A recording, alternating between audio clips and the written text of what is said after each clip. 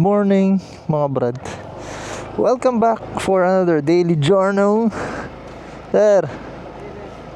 And for this video mga brother, pag-usapan natin mga brad, gusto kong i-discuss sa inyo. Kasi nung last na daily journal natin, ang kwento ko sa inyo is yung mga ayaw ko sa journal. And ngayon naman mga brad, dahil nga may mga ayaw ko sa journal, pag-usapan naman natin kung ano yung pwede natin gawin doon sa mga bagay na ayaw ko. So ano yung mga pwede natin i-upgrade sa journal. So we'll see about that mga brad. Stay tuned. Let's go. Time check. It's 7:29. Nalimutan ko yung relo ko. Pambira, ayaw ko nang umakyat ulit sa taas. Kasi nakakatamad. Pero ayun na nga mga brad, dahil may mga points tayo na kailangan i-improve kay Dadjo, no? O dito sa aking Journal 125. Gusto ko i-mention sa inyo yung mga listahan ko ng upgrades, ano? Syempre, marami na kayo nakita dyan na mga upgrades ng mga kanilang journal, no? Ako rin, mga brad, gusto ko rin mag-ano ng listahan. Pero sa ngayon, hindi pa natin siya priority. Pag nagka-extra tayo, tsaka natin siya papagawa. O baka may gusto mag-sponsor dyan. Joke lang. Ang una talaga na gusto kong ayusin kay Dadjo is yung kanyang suspension, harap at likod. Although maganda siya kapag yung patag, tsaka pag may mga, yung slight na slight na bump, okay lang sa kanya mga brad. Pero kasi alam mo naman, pag dumaan ka ng Bulacan, naku, hindi pa naman ito pwede mag-expressway, di ba? So syempre pag daan ka ng Bulacan, mararamdaman mo talaga. Kahit nga dito sa phone holder ko mga brad, pag may navigation ako, kasi 2 beses na rin akong dumaan doon, ang gamit si Dadjo Una, yung nag-break-in tayo sa pauwi ng Pangasinan. Pangalawa, yung pumunta tayo kay Gagay Travel sa coffee shop niya, pumasyal ako doon sa na nga ba yun? Basta sa Bulacan din yun And talaga namang ramdam na ramdam yung pagka matagtag niya, Kaya ang dami din talaga na nagpalit na ng suspension. And ako rin naman, gusto ko rin magpalit, hindi lang likod pati harap, kasi mas grabe yung sa harap, ang tigas talaga. Sabi nila, i-try daw muna ipatune, tapos pag di talaga kaya, tsaka palitan. Kaso lang mga brad, gagastos ka na rin lang sa gagastos ka din sa patune ng suspension So, di ba? Minsan ang gastos na lang. Papalitan na natin. Parang maambon na. Lord, wait lang po. Pasok lang po ko ng office. Traffic talaga dito sa part na to mga brother. What do you expect? May nakita ako, CBT, si Bon, yung kabrad natin na nagbibig bike din, tapos bumili na ng Giorno para sa kanyang asawa ko, Bili niya daw yung asawa niya ng Giorno, pero scam, narinig ko na yan. Ang nilagay niyang suspension is CBT, harap at likod. Pareho lang naman daw performance sa Pro Fender. Yung una kasing sinabi sa akin is Pro Fender. Kaya Pro Fender yung ini-aim ko. Ganun din naman yung presyuhan niya. Di ko alam. Tignan natin. Depende sa budget. Alam mo, ang daling maglista Problema yung budget Lalo na kapag marami kang prioritize na gastusin. So, yun yung una natin na listahan, Yun yung pinaka-priority natin kasi yun yung pinakamahal. Tsaka functional siya. Hindi lang siya basta papogi. May purpose siya. Ba't natin siya ikakabit? Pangalawa, other than the suspension, nakapag-upgrade naman na tayo ng ilaw, nakapaglagay na tayo ng MDL, so all goods na yun. Gusto kong isunod, actually napanood ko na to sa mga ibang vloggers, kagaya ni Red Sweet Potato, ni Kenji Moto, Ang ginawa nila, in-upgrade nila yung makina to 160 kasi yung ginawa nila is yung sa PCX daw na black ba yun? Basta kinuha nila yung parts ng PCX, which is genuine Honda. Yan ang gusto kong upgrade. Yung hindi siya ibang brand. Mas gusto ko yung genuine brand pa rin ng Honda So parang gumastos sila ng 15,000 pesos para dun sa parts. Ginawa nila, bili sila ng Honda part, tapos pinakabit nila ngayon sa Giorno nila. So naging Giorno 160 na. Hindi na hindi na 125. So hindi na siya Giorno Plus, Giorno Pro Max na siya. So ganun ang gagawin natin mga brad, ano, pag nagka-budget tayo. Una, suspension. Pangalawa, gawin natin siyang Giorno 160. Malaki-laking gastusan yun, pero dahil naman sa support nyo mga brad, magagawa natin yan. Ang susunod natin, pag Giorno 160 na siya, syempre kailangan natin magtaas ng gulong. Lalakihan ko yung gulong niya. Actually gusto ko nga yung stock tires ng Click 160 eh. Ang ganda niya. Nakita na kasi ako ng ganun na nilagay sa Giorno. No, ang sabi sa comment section is naglagay lang daw sila ng washer. So pagkakabit ng washer, kumapit ngayon yung ano, pumipiyok yarn. Piyok yarn, washer lang daw yung sagot para maikabit nila yung stock rims ng Click. Eh yung inaanak ko, meron siyang Click, 'di ba? Eh gusto niya daw bumili ng ano, ng bagong gulong na may rims. Oh, sabi ko sige, okay lang, kabit natin, problema. Or may gusto rin ako kasi na rims mga brad, sa totoo lang. Aray ko, teka mo yun. Lubak yarn. Yung 5, yung mukhang star ng boomerang seat ba yun? Kaso ang dami na nakaganon, kaya wag na lang. Siguro ang gawin ko na lang is yung stock rims ng Click, papastrip ko yung kulay para magmukha siyang ano, silver, alam mo yun. Kaso parang hindi bagay sa classic eh, no? Eh kung pwede nga lang yung spoke eh, di ba? Bah, go lahat Parang pag ganyan, feeling mo anak ka ng Diyos eh. So, yun yung tatlong major na i-upgrade natin. So, from there, tignan natin kung ano yung pwede pa natin i-upgrade. Sabi ko pa naman dun sa vlog natin nung nakaraan sa Daily Journal, hindi ko alam kung anong episode yun, episode 2 ata o episode 1, na sabi ko wala akong balak mag-increase ng power sa Giorno. Oo, sinabi ko yun, wala nga anong biro pero sinabi ko rin naman na ayoko magsalita ng tapos, so safe tayo mga brad. Pero ano hindi naman to yung upgrade na kailangan mo talaga. If masaya ka sa stock, wala namang problema. Yan nga lang kasi syempre pag minamaneho ko yung NMAX ni AirPods na 155, kakaiba yung power eh. Easy 100 although hindi ka naman mag-100, yung bang kapag kinailangan mo lang ng punch, meron kang ibubuga, 'di ba? Meron kang reserba. Dito kasi meron din naman, pero may times na nabibitin ako pag gusto ko mag-overtake. So yung enough lang, hindi kailangan ng masyado mabilis. Yung enough lang ba? Actually, pwede pa nga ito mag 183 kung hindi ako nagkakamali. Yung pinakasagad niya ata is 183cc.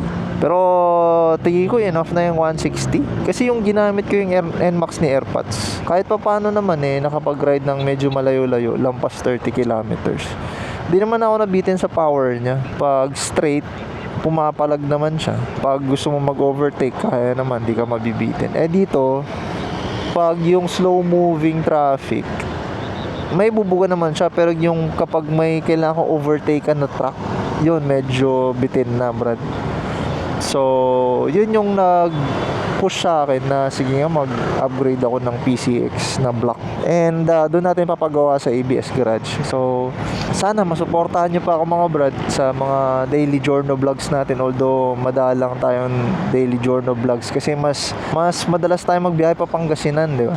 So yun yung nabablog natin kasama si Koy, pero sana suportahan nyo rin si Koy, ano? Sa totoo lang talaga magastos magmotor.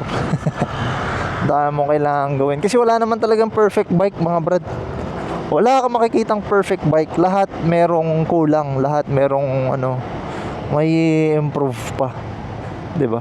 Pero mga brad, mapapansin nyo, hindi ko binanggit yung exhaust kasi ayokong magpalit ng maingay na exhaust sa small cc. Pasensya na sa mga naka-upgrade ng exhaust. Kanya-kanyang lang naman yan Uy, may Giorno dun no, may tumawid. Nice one brother, nice one. Sa big bike kasi mga brad, kahit yung takbuhan mo 100 na, tas naka 6 gear ka, ang baba pa nung RPM. So hindi pa siya ganun na parang sumisigaw, no? Hindi kagaya sa mga small bikes na syempre takbo mo 60, 80. Medyo na yan, medyo mataas na RPM niyan. So mataas na RPM niya, malakas na rin yung malakas na rin yung tunog. Tsaka okay naman na ako dito sa tunog niya. Kayong mga brad, ano ba yung masasuggest nyo na ikabit pa natin? Kasi baka mamaya may hindi ako nabanggit, ano. So far naman in terms of makina, yung pa lang naman. Brakes, tignan natin kung kaya ng stock brakes yung 160cc, pero tingin ko hindi. So baka mag-upgrade din tayo ng brakes. Pero titignan muna natin if kailangan talaga. Actually mga brad, isa pa din na gusto ko sanang gawin dito is yung flat seat. Ito. Kasi para sa akin masyado siya makapal dito sa part na to.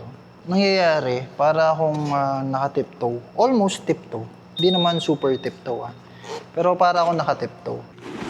Kaso lang, ang problema kasi, hindi daw siya maganda sa long ride. Alam niyo naman ako, although daily journey siya, pang daily ko siya talaga. Pero meron pa rin naman ako occasional long rides. So, pag nag-long ride ako, masakit yun sa puwet, di ba?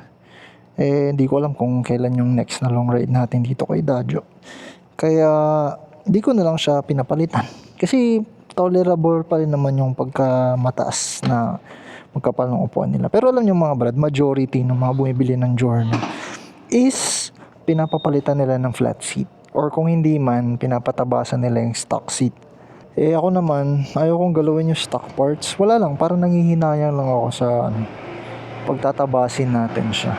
So, hindi ko sure if mag-upgrade tayo ng upuan. Pero nung inangkas natin dito si Miss Jejabel, mga brad, sinabi niya naman na comfortable naman daw siya sa upuan. So, keep na lang natin na ganyan. Total, kahit pa paano, namamanage pa rin naman natin yung seat height. Bossing! Thank you!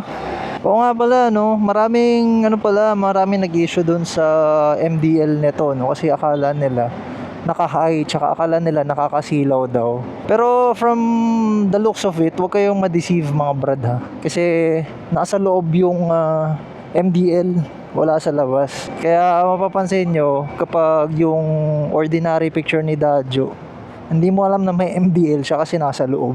Mamaya pakita ko pag uwi ko. Kaya akala nila nakakasilaw daw, pero sa totoo lang hindi. Mukha lang, ay pambira, yellow na pala. Mukha lang siya nakakasilaw kasi malakas siya talaga, pero nakatutok siya sa simento, hindi siya nakataas. Even naman yung mga nakakasalubong ko na tropa, wala naman silang reklamo sa angle ng headlight nito ni Dadjo. Kasi kahit ako tumayo ako doon sa tas lumayo ako na lumayo. Hindi naman talaga siya issue. Syempre ayoko rin naman na diba, nagiging nakakairita tayo sa kalsada. Kaya concerned pa rin naman din ako sa mga kasalubong ko. Kasi kung ayoko nang nagaganon ako, syempre ayoko rin mang ganun, diba mga brad? Kumbaga dapat fair lang tayo. O nga pala mga brad, nagpa-CVT cleaning na ako, hindi ko na naisama. Nagpa-CVT cleaning ako kay ABS Garage. Pinost ko yun sa Facebook page natin nung kahapon. Kahapon lang din yun naman kasi. As of this recording, kahapon lang yun. Wednesday. And today is Thursday. Sana ma-upload ko agad tong video na to. Wala pa naman ako pagkakabisihan, kaya marami pa tayo mag-upload. Actually, gusto ko na lang palitan yung rims niya ng mas malaki para tingin ko mas puporma siya pag ganun Pero nga lang kasi meron akong kino-consider like yung suspension sa harap.